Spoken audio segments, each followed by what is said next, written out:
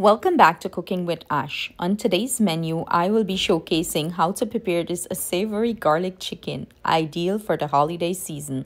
Let's initiate the cooking process. We have hubby here doing his thing, washing up our chicken. He trimmed the fat and, we're washing it with some lemon and, of course, vinegar. That's his job. Make sure you wash the chicken good. Now wash the chicken good. I'm going to stop wash chicken. What do you think about that? That's his job. He cleans up the chicken. Me not like do that. Me You eat the chicken. I eat it. I'm special. Okay, so when he's finished with that, we're gonna proceed to the next step. So I'm here peeling my garlic. If you want to torture somebody, give them this job to do. That's why I give you that. I know that you love torturing me. This reminds me one minute ago gone a wedding house and clean garlic.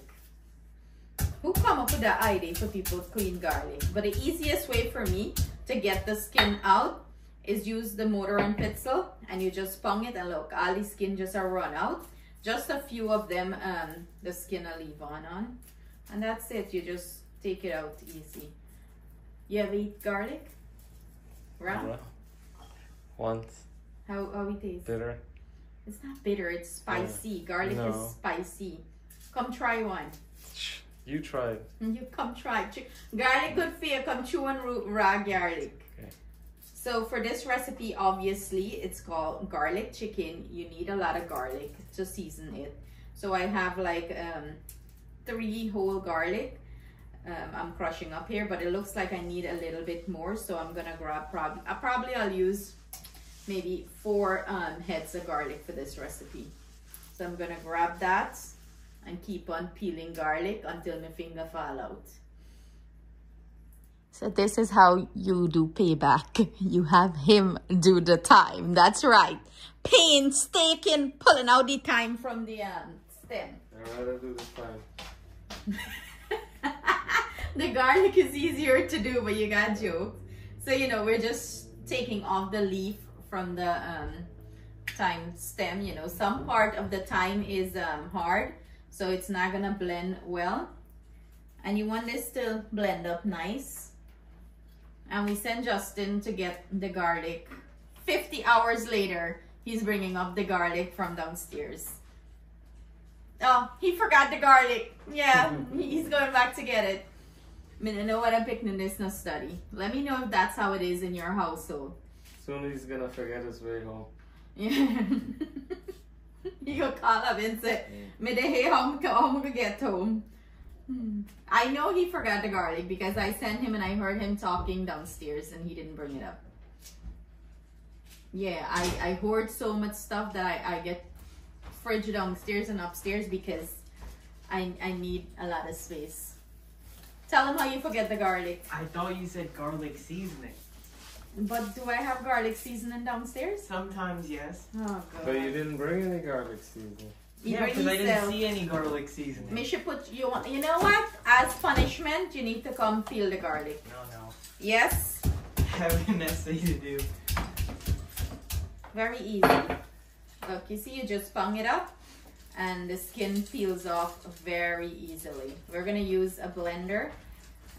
Or maybe my food process, something, and blend this up. You just want to chop everything up, or if you want to go the hard way, you can do it how your grandparents used to do it back home, and use your mortar and pestle and Masala break. I've been getting masala break. This is the closest to masala break, but I wish me had one. Seeing that you bring it up, I would have put you to grind it. That would have been fun. But we can use the mortar and pestle if you want, and you can grind them. You right. My hands are not made for that. My hands are too soft and delicate. So we're gonna finish this up, and I'm gonna have Trevor grind this by hand. Grind it. You're gonna use the masala brick, the invisible masala brick. This is pretty much a masala brick, but it's the way it is. So you would put your garlic in and you would go this instead of going this way. Yeah, so finish with the garlic and we're finishing up the thyme.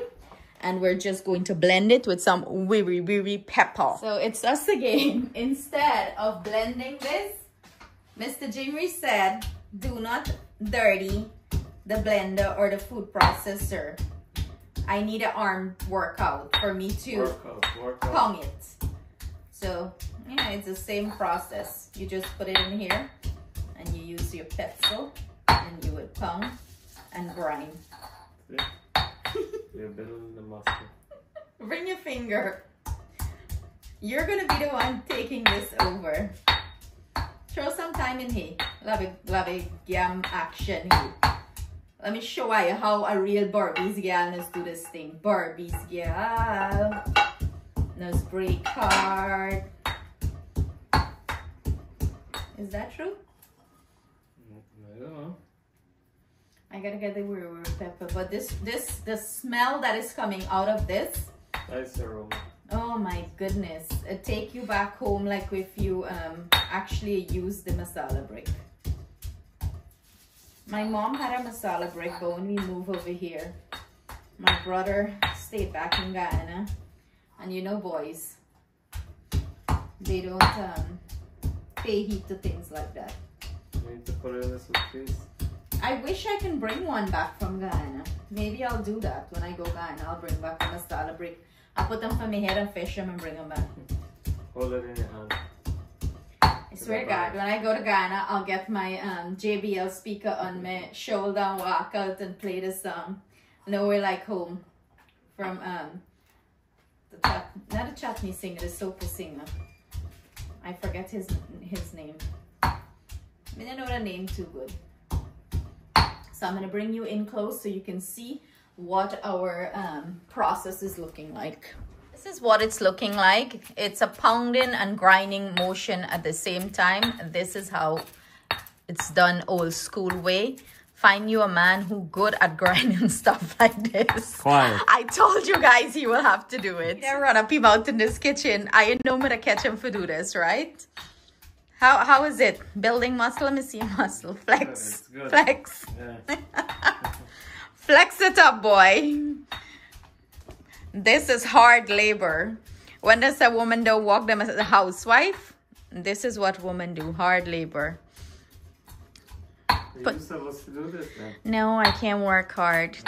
Put the pepper, sir, put the pepper in and mash it up. You need a mask. No, it's not gonna burn you. Is it chicken or what? Mash. Put some pressure into that thing. You want to torture your husband, ladies? Right here. How it's coming along? Good, good. You can take it and good. you can take it and go round and round too with it. Yeah. But I want to crush it up a little bit. Oh, okay. Everything I have to teach this by. You know, you like to get yourself ahead of the... I'm your mouthpiece. So we're gonna finish this part off. We're gonna get our jar. Our chicken, as you can see, already washed and clean and is ready for this. We need some, we're gonna use some red vinegar. It's the red vinegar. That's what we're gonna use. It's gonna give it a nice color. We're gonna use some brown sugar and some salt, and that's all you need. You're gonna pickle this and you're gonna get some delicious garlic chicken, baby. Go ahead and add some salt in here. That will help break it down faster. I'm using about a tablespoon or so of salt. It's easier when you add the salt. It breaks it down and it makes it easier. So instead of adding it to the liquid, we're gonna add it here. Do like your goat dal. Round and round. And then scrape the side like when you do masala brick and then pull it down to the side. I see the big karahi there. It's a one big karahi full with pepper pots. It's pepper pot season, that's right. Guyana bread. Make sure I use my pepper pot recipe. Guyana bread, all right. Hot plot bread me make for eat, you know. Me bake and bake hot. Hide the logo. What logo? You see no logo? You see any? How are we coming along? Good. You see, Look this good is... and smells good. So you know what I said? Work smarter, not harder. Today we're not working smarter. We're working harder because somebody over there lazy for wash the thing then when we done with it. So he, you know, this is just one. The other thing have attachment, the food processor. So yeah, so he working harder. But I think he enjoying it. Exactly. That's it. Oh, the memories we're creating. But I need the masala break though. Somebody please send my husband a masala brick. Yes. And he gonna make a coconut choker. Fresh coconut choker. Fresh, I hear fresh coconut, not any coconut choker, fresh. So this is our glass jar that we're gonna pickle it in. I'm adding 2 tablespoons of brown sugar. Nice, well, a little bit more than 2 tablespoons. Maybe like 2.5 tablespoons. And I'm gonna add our crushed up accoutrements. Oh, it's smelling so good. Good job with this. Good job. I need a raise. When you're married, I'm gonna dance. Okay. I got the liquor already. And the music. Yeah, yes, me go dance. You go drink them and me go dance. I find this by a good girl. One we can pong stuff. So I, got everything. You want to scrape and get everything out of there. And this is smelling so good. I'm gonna go in with my red wine vinegar. If you can't find this, you can use regular white vinegar, and you can add some red wine to it for the color. The wine is not necessary, but I like the color that it gives the chicken. So I'm gonna grab the chicken, I'm gonna put it here, and then we're gonna pour the vinegar. I'm just gonna add a little bit of the vinegar here just to mix everything or dilute it before I add the chicken.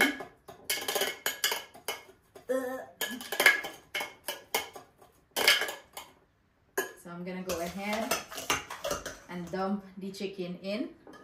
We cube the chicken up, so when we're ready to use this, all we have to do is just drain this and pour the chicken into the pan to cook.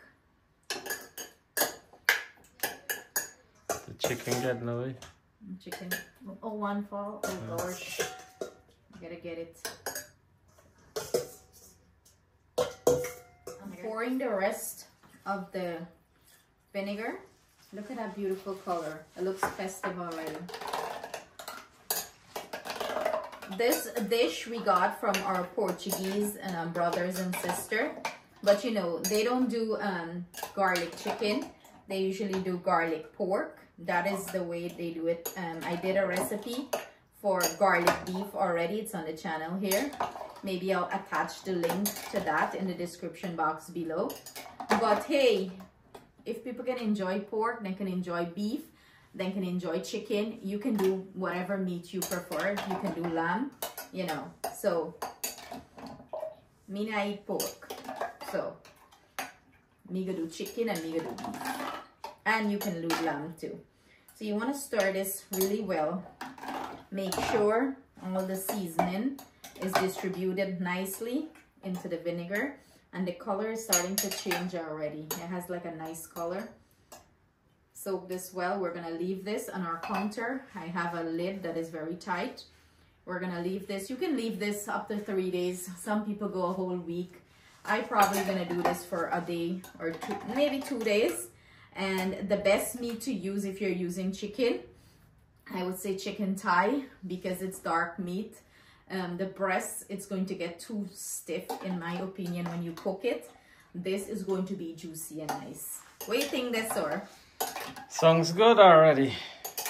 Maggie, right information around. No, right information. That's the juiciest part anyways. I know Trevor's the chef, right?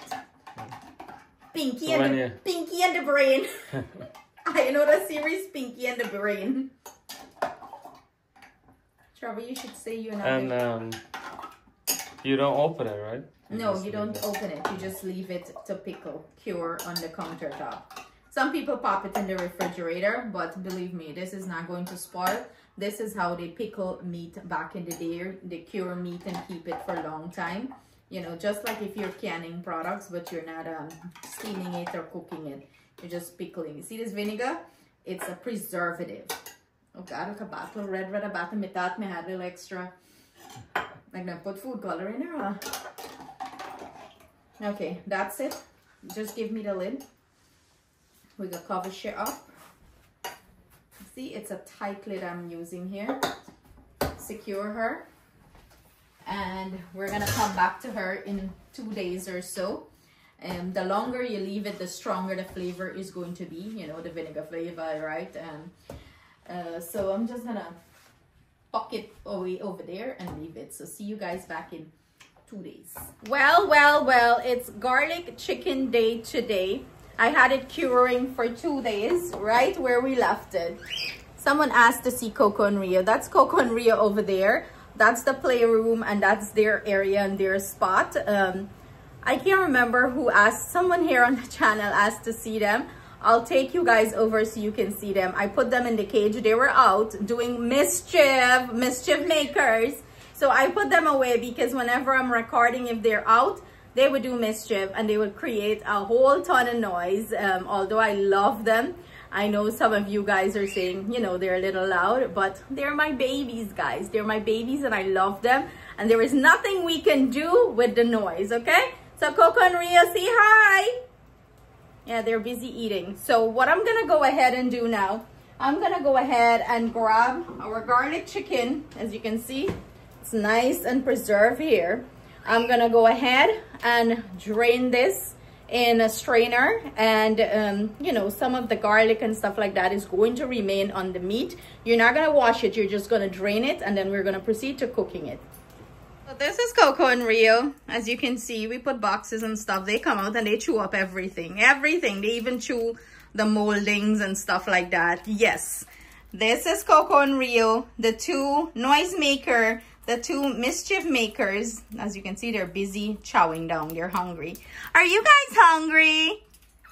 Yeah? Rio, come say hi. He pushed his whole face in the food bowl. Coco, who chew up the molding? Who did it? Who did it? Guys, they're very messy. I clean like 24/7 and they still make a ton of mess. You see, they come out, they go on the window. I put paper there because they chew up everything. Every way they could chew, they chew.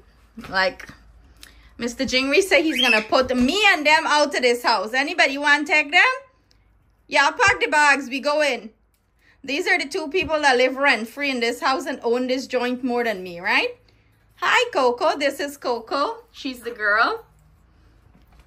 And that's the boy, Rio, who is the one that makes the most noise. He's very vocal. Rio, come on over and say hi. Come on over and say hi. You saying hi? Yeah, mischief maker, looking for some mischief to do. So back to the garlic chicken. Back to the garlic chicken. Hi, give me a kiss. Give mommy kisses. No kiss of mommy? Are we giving mommy kisses? He's too focused on what Coco is doing. So I went ahead and drained my chicken in my chow mein strainer or strainer. And now I have a piece of paper towel. What I'm doing here is just pressing the excess liquid, like observing the excess liquid out of the chicken before I add it to my oil. I have my oil heating up here. So you want to do that. You want to press the excess liquid that it was, you know, pickling in, which is the vinegar. You want to get rid of most of the vinegar as how, you know, as quickly as you can before you add it to the oil. I put on the stove, I put on the oil, but forget to put on the stove. Oil. I can see I managed to get this thing really dry. Okay, you look at this snow. Look at the beautiful color. Look at all the garlic, the thyme, and the pepper. Oh, this is going to be a delicious. Oil is hot. I'm gonna go ahead and add my chicken pieces here. The reason why I mentioned for you to use chicken thigh if you're doing this recipe, because the meat is leaner, you know, it's more tough. If you use the chicken breast, what's gonna happen?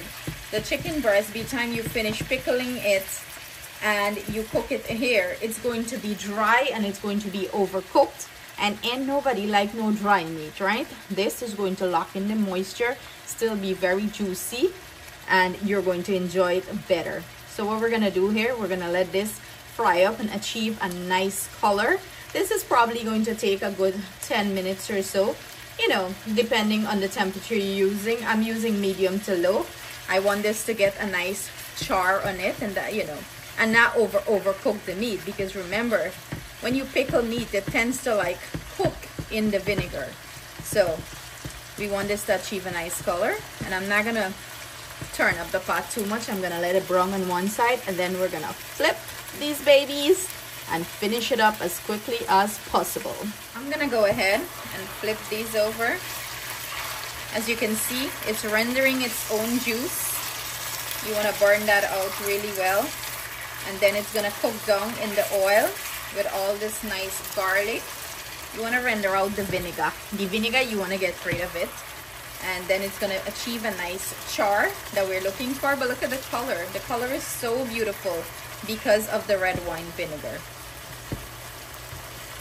You can see all the liquid observed, and that's what you're looking for. It's all oil now, and you hear that crackling sound. Yeah, baby, we're in business. So it's starting to char. The meat started to char up, and you know, the garlic started to change color. You don't want to burn this garlic, because this garlic, if it's burned, it's going to taste bitter. But look at that beautiful color, and we're trying to get, you know, achieve a nice char on this meat. Look, this piece have that beautiful color already, and you know, the vinegar plays a big part in this rich red color that it has here. Look at that. A couple more minutes, and this baby is finito. You can go ahead and taste this to see if you want to add any more salt or anything to it, but this is totally fine. The amount of seasoning that I seasoned, that soaked it in, is perfect. The salt is perfect, the pepper, the garlic, it's so good. This is finito. Look at that beautiful char, caramelization. It's smelling amazing. All you have to do is plate and serve. And it's beautifully plated. Look at this. How I ate this thing. I got some toast, the classic way that most people enjoy it. So you grab a piece of toast. You know, you can put some butter in it. You can use garlic toast, whatever you prefer here. You grab a piece of meat. But first off, let me get into this meat. Look how juicy it is. Let's get into it. I want you to see how juicy the meat is. It's not dried out. You know, if you use chicken breast, you're not gonna get that nice juiciness. I tell you, you plump it in the middle there, and boom, in your mouth. Boom in your mouth. Cheers to everyone. Baby.